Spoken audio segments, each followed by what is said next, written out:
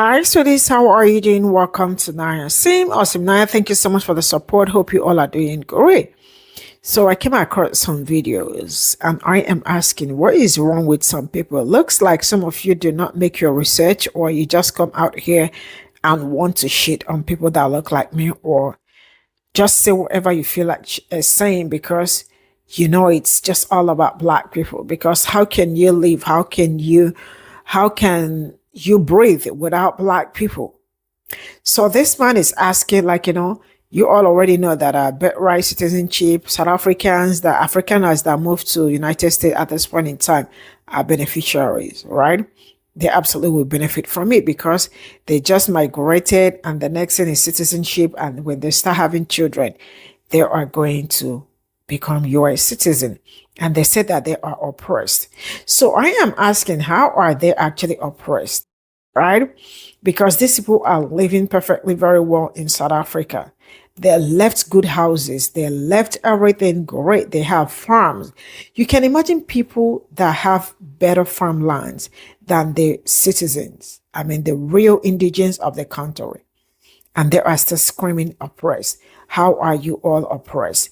And yeah, for the man talking about black people, black fatigue and all that, it looks like the sun already struck because me looking at you, I can see how burnt you are, like a burnt sacrifice. It shows all over your face that at this point in time, you are asking for help. Help will definitely come. Let's get into this. Black fatigue. It's all over my FYP page. Thank you. I am so happy that this is being brought up. And oh, by the way, for us white people that have been around the block a long time, this isn't new to us. We've been dealing with this for over 40 years. Here's my story. This is about 2015. I'm at Put-in Bay. Put-in Bay's on South Bass Island in Lake Erie. There's a bunch of bars out there. It's a great place for adults to go play. Think of Pat Daly, Mad Dog Adams. If you don't know those guys, think of Jimmy Buffett. I'm sitting on a bench on Delaware waiting for my wife, who's in a shop shopping. And at the time, the traffic is two ways. And I think I witnessed why it is no longer two ways. It's a Saturday afternoon. The island is packed. The traffic is bumper to bumper. These two guys going in opposite directions decide to stop and have a chat. Not for a couple seconds, not for a couple minutes, but I think it was around 10 minutes before people started to threaten them. But around the 5-minute mark, I'm just sitting there with my arms folded, just shaking my head. And I hear this voice. This is what's holding us back. This is why we're hated. And I turned around to see who had said it, and it was a black couple about my age. And then he looked directly at me and said, 30 years ago, I'd go down there, grab those idiots by their dreadlocks, and teach them a lesson their fathers never did. And I looked at him and went, 30 years ago, I'd have been right there with you. I have hated this type of behavior my entire life. I've never gotten it. How self-centered do you have to have no respect for any other human being? It's all about you. These are the people I've spent my life avoiding. But I had never thought about it from the black community side. And I gotta say, it sucks a lot more for you guys than it does for us white people because you're associated with it, right? There are a lot of whites that just put you all together. And it has slowed down the healing of this country. But seriously, 40 years ago, racism should have been over. Unfortunately, the Democratic Party has continued to fan the flames of racism to make money and to get votes. I'm so thankful that a lot of you are waking up to this. And again, I can't stress this enough. This isn't a black thing. This is a behavior thing. Some of my closer friends are black, and I love and appreciate them. And I'm very thankful that they have not allowed the crappy behavior out of some to drag them down. Well, I hope you're having a great day. I hope to see you tomorrow.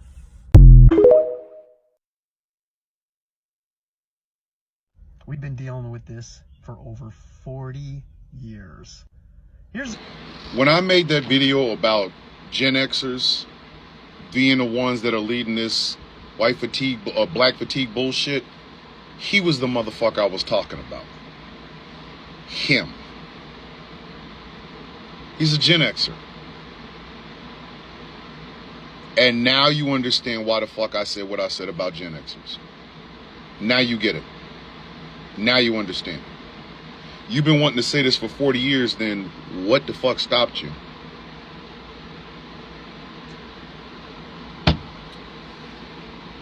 What happened?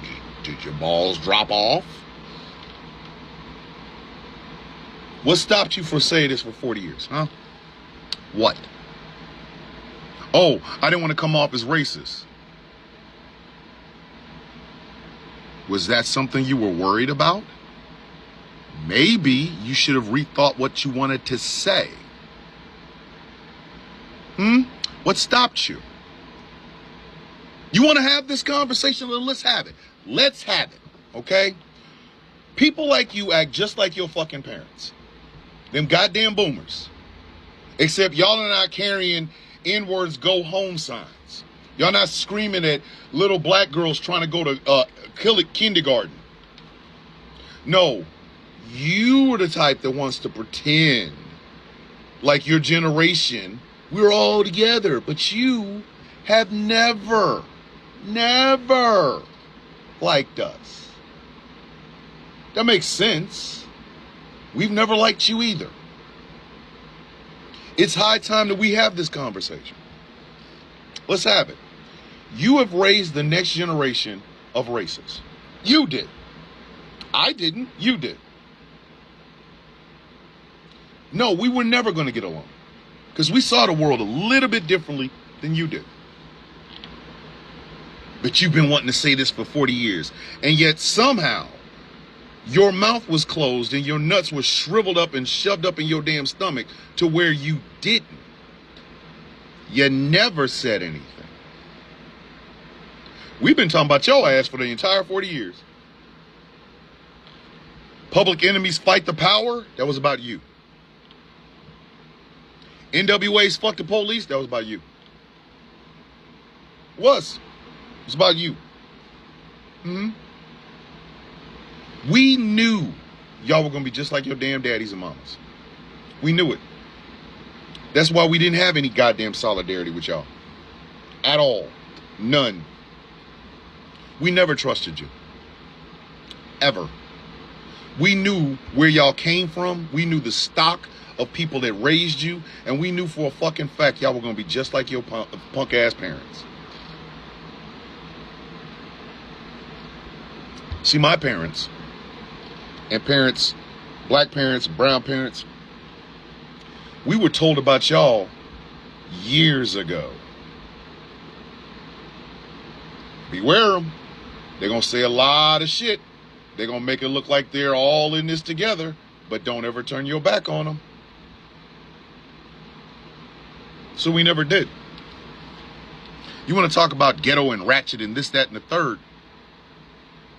like your community is clean. It's not. Never has been. In fact, you got a lot of nerve. Whole lot of nerve. Trying to pretend like all of a sudden you're fatigued at black folks. We've been fatigued out of people like you for years. Every time forward progress goes an inch further than you want it to, we got to go all the way back. You've always been a detriment. Always. We've never liked you, and we've never trusted you. So now that we've gotten all that out on the table, the question now becomes, what are you going to do about it? I mean, you've been waiting for 40 years to say it, so say what you need to say. Say it to somebody who also has been waiting for you to say this for 40 years. Get the backlash you deserve. Come on. Don't be shy now. Don't. You have something you wanted to say, so say it. Or are you going to do what you always do? I'm not racist. We're all one race, the human race. Or my personal favorite, I just want you to know I don't see color. Nah, I want you to say it now, buddy. Say it to me. Let's have this conversation. We're going to have a blast. But when it's done, don't cry. Don't. Because you started it. You said you got something us white people wanted to get off their chest for 40 years. Well, here I am. What you got to say now? Go to the next liberal that you find who's talking about birthright citizenship and ask them, does that include the white refugees from South Africa? If the white refugees from South Africa come to the United States and have children, should those children become automatic citizens? And you watch what happens to the liberals when it's a white person who is a real refugee, because if those children were born on a farm in South Africa, they would probably end up getting decapitated and hung from meat hooks, because that's what's going on the farms out there to young white children. And ask them, does that include the white refugees from South Africa? How in the fuck are you a refugee when you're 8% of the population, but you own over 80% of the farmland? How are you a refugee when there is no proof, no international proof of this mass genocide of white South African farmers? How are you a refugee when some of these people left 4 and 5 bedroom houses? Their farms were big enough to where they had other black South Africans, which make up the majority of the population, but own somewhere in the neighborhood of 4% of the farmland. How are you a refugee when everything that you have is going for you and against the people you swear up and down are coming after you? I really want to answer these questions. I really want an answer to these questions because, quite frankly, this narrative of, oh my God, they're killing the white South Africans is getting on my motherfucking nerves. You want to talk about, well, if they have children over here, do they have birthright citizenship? Of course they do, stupid. However, that would make their parents anchors. They basically had anchor babies. You know that thing that y'all swore up and down that people from South America were doing? Remember that? People from Mexico and South America were bringing in anchor babies, even though Melania's an anchor baby, Barron's an anchor baby, but I digress. This idea that we have to protect these fucking white South Africans is getting on my nerves for one reason and one reason only. Y'all don't want to tell the goddamn truth about it, do you? See, these people aren't being persecuted. These people aren't being slaughtered. There's no G-side of white South Africans in South Africa. No, they want to go back to apartheid and nobody will let them. What happens if we find out that some of these white South Africans were really, really, really, really racist? Well, now we just imported a bunch of goddamn people who literally are just like the Jim Crow South. Oh, that's it. That's the whole reason to bring them in the first place, isn't it? That's it. See, what I find so funny about this conversation around these fuckers is this. They've never shown any proof that their lives were being persecuted. They just said it. Oh, I'm sorry. Elon Musk said it. You know Elon, don't you? The child of apartheid. You know, he was born under apartheid. His father supposedly wasn't a part of apartheid and was actually fighting it. His grandfather, on the other hand, benefited from it. And when Elon said, they are killing the white farmers in South Africa, people believed that shit. Like your dumbass.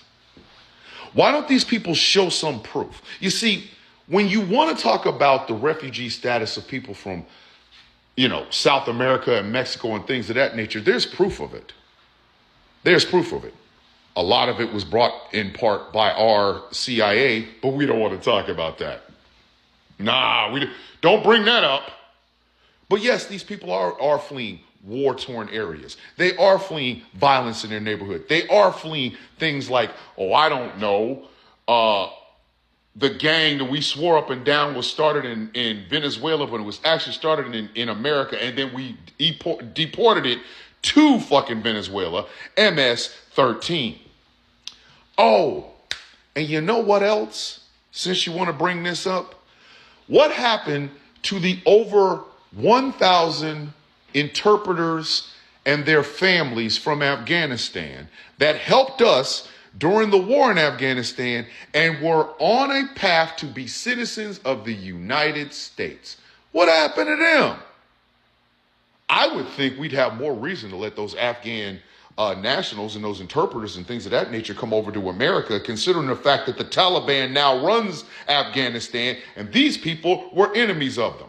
But the Trump administration stopped that to let 59 white South Africans come over here because, oh no, they don't like their whites here no more. Sounds to me like if you do something good for America, fuck you. But if you can perpetuate a lie, we'll bring you right the fuck over. This is my problem with this argument. This is my problem with people who try to make this fucking argument. Of course, if two South Africans decide to bump uglies here in America and they produce a child, of course that child is an American citizen. Of course. Birthright citizenship and all of that. But they're also a fucking anchor baby. And I could have swore you motherfuckers didn't like anchor babies. I could have swore that. Maybe I was wrong. Does anybody else remember when they said anchor babies were bad? I guess only the brown ones, huh? But if we can have these white South Africans who still... But if we can have these white South Africans come over here, you remember them, don't you? The ones that swear up and down there's a genocide and there isn't. The ones that swear they're being persecuted and they're not. The ones that swear that people are stealing their farmland, they own 80% of it. The large black population of South Africa owns 4%. Then yeah, bring them over. Oh, what do you mean the Afghans helped us during the Afghan war? Yeah, fuck them. We got to have these white people come over because that's all it comes down to. It's just white people. That's all it is. It's white people. Donald Trump is playing to his racist base because he is a racist. I guess this puts paid to that idea that he isn't. At the behest of Elon Musk, who is trying to make himself a fucking army of white children. His words, not mine. And we have dumbasses out here agreeing with this bullshit. Why don't y'all just say y'all are racist and get it the fuck over with? This other shit is tiring. This is all I got from this video. Why does he look like the way he looked? Look at his face.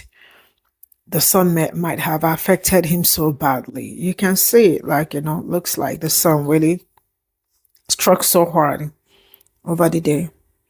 He looks burnt, like a roasted chicken, when you roast chicken so bad that probably you were not watching the chicken and it got burnt so bad. Yeah, I feel so sorry for him. This is how it starts. Now I am going to ask, some white people, do they really investigate some of the things they talk, especially when it comes to South Africa and what is happening in South Africa? Because I don't know who told these people that white South Africans were oppressed and who was oppressing them. Is it black South Africans that oppressed them, that they ran away? That is to show you, at least I think this is also a very teachable moment for everybody, especially those people that voted against their own interest. Right? Those people that thought that they would be picked. But trust me, you can never be picked. Now, they are chasing you away to bring Afrikaners. All right? And automatic citizenship for them, for their children. So their status already has changed. And I am sure as time goes on, more may still come. They said they were oppressed. Who oppressed them? How were they oppressed? Right? How were they actually oppressed? Because each time I hear that they were oppressed or they were being treated badly, I ask myself, who really treated them badly? Who actually? Sincerely speaking, these people played themselves. They actually played everybody, including your president, because your president is not that smart. And he's been going online saying all sort of things and at the same time harassing a South African president. But man, that it's not my problem. That it's you people's problem at this point in time. I am going to ask this man that talked about black fatigue. I hope you are one of black people's problem. In case you don't know, yeah, you are one of the problems, because looking at you already, you are part of those people that lie against people that look like me. That's why the sun, you are so scared of the sun. You can't even stand the sun. And it shows. I can see it all over. You all are too quick to lie. You all are too quick to use black problems or experiences, no, black experiences, black stress, black struggles to make joke. Because all of a sudden, black fatigue became a thing. When in reality, that is actually what you people put black people through. You know? But we are actually going to leave it at that. But one thing I know for sure is that you all got nothing on black people, and that it's on period. Continue to lie, continue to do whatever you want to do, but why not see? Are they not even scared? Why not one day, stop a black man? Or if you have a problem with black people, go to the right place and talk to black people about it. If you have the problem with locks, go somewhere that you will see black people, talk to them and speak to them about it. Let's see how it goes. Did you hear about the one that happened in Mississippi and some other places? And you already be looking weak. It will affect you so bad. The ones that I have seen, they are quite very young, that maybe when they end up in hospital, they might administer oxygen that will help them out. But I am not seeing you making it, because the sun already struck and then you're already looking weak. So how do you want to survive? Say no more. I am going to draw the curtain here. I will see you all in my next day. Bye for now.